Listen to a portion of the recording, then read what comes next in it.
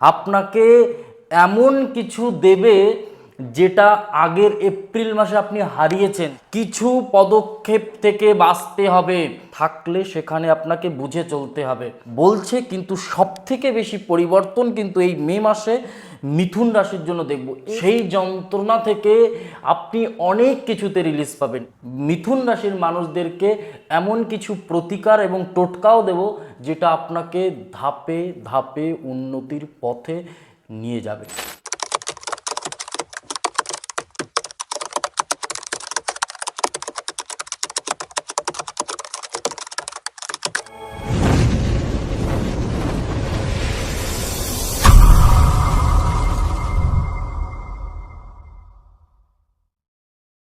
নমস্কার, আমি জ্যোতিষী শ্রী শেখর চক্রবর্তী। আজ আলোচনা করব মিথুন রাশি। মিথুন রাশির মে মাস নিয়ে আলোচনা করব।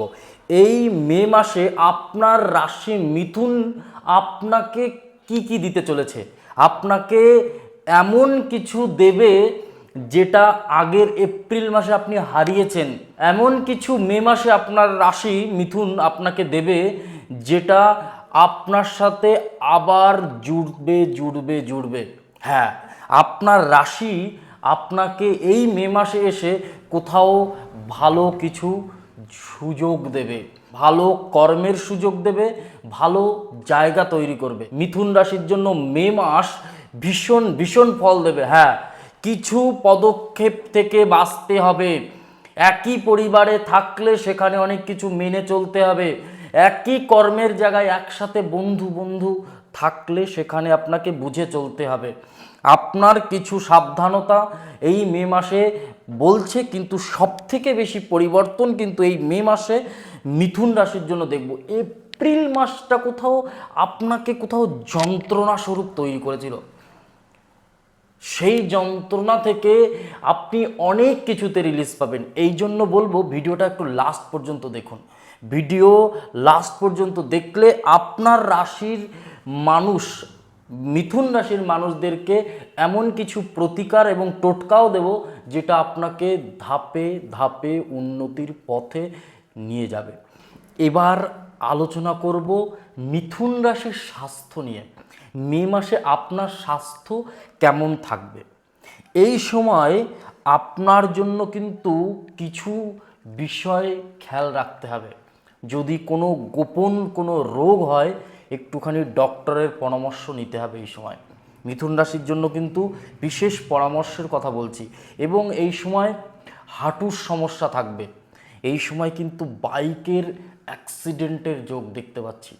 আপনি ভাবতে পারেন যে অ্যাস্ট্রোলজার দাদা আপনি কি আমাদেরকে ভয় দেখাচ্ছেন? না, একদম সত্যি কথা বলছি। কিন্তু এই সময় কিন্তু শনির কিছু প্রভাব কিন্তু আপনাকে কিন্তু ভোগাবে, এমনকি শারীরিক দিক থেকে ভোগাবে, এমনকি সেটা দুর্ঘটনার দিক থেকেও আপনাকে ভুগতে হতে পারে। এর জন্য নিজের শরীর স্বাস্থ্যের উপর খেয়াল রাখুন। এই সময় হাই প্রেশারের সমস্যা হবে। এই সময় হঠাৎ প্রেশার বেড়ে যেতে পারে, মাথার ছোটোখাটো কোনো সমস্যা হতে পারে, বুকের সমস্যা হতে পারে, একটুখানি খেয়াল রাখবেন। তবে হ্যাঁ, কিছু ক্ষেত্রে কিন্তু স্বাস্থ্যের উন্নতি হবে। অনেক দিন ধরে যারা ভুগছিলেন মিথুন রাশির জাতক জাতিকা, মে মাসে গিয়ে কিন্তু কিছুটা ভোগান্তি কম হবে। স্বাস্থ্যের পর আলোচনা করব কর্ম। রবি আপনার একাদশে উচ্চস্থ 14ই এপ্রিল থেকে 15ই মে পর্যন্ত। এখানে দাঁড়িয়ে রবি একাদশে উচ্চস্থ মানে কি? রবি চাকরি দেয়। রবি আর বুধের সাথে বন্ধুত্ব সম্পর্ক। রবি বুধ কখনো এক ঘরে থাকলে আমরা বলি বুধাদিত্য যোগ। তাহলে কি এই বুধাদিত্য যোগ আপনার জন্য কি করবে? কিন্তু রবি বুধ এক ঘরে। বুধ কবে আসছে? 30শে এপ্রিল। তার মানে কি বুধ থাকছে ওখানে। এইবার 14ই এপ্রিল রবি আসছে।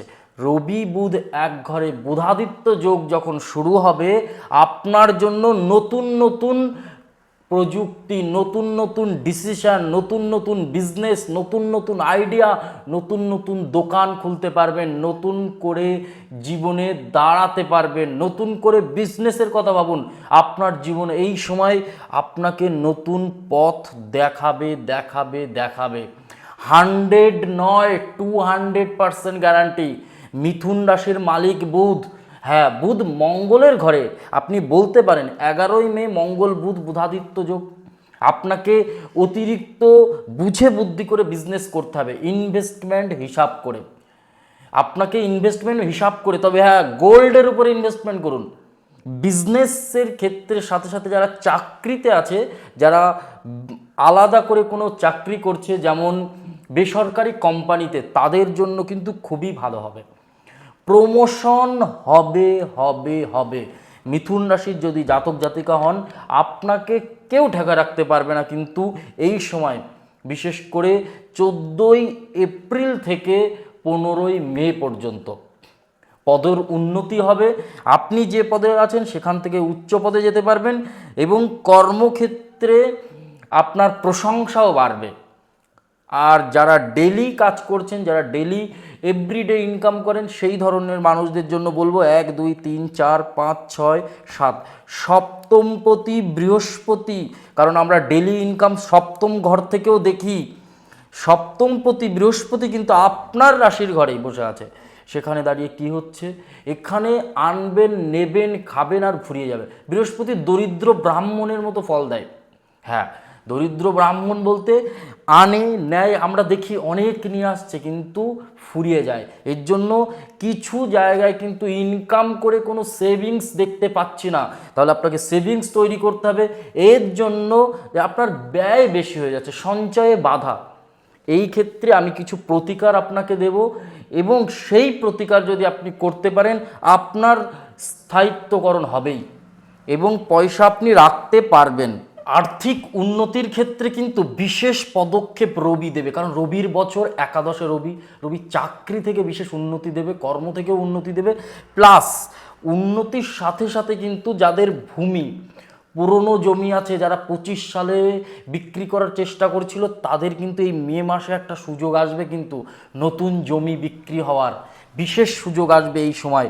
আর একটা জিনিস বলবো, বিশেষ করে যাদের সম্পর্ক, সব থেকে জরুরি মিথুন রাশির মানুষদের জন্য সম্পর্ক।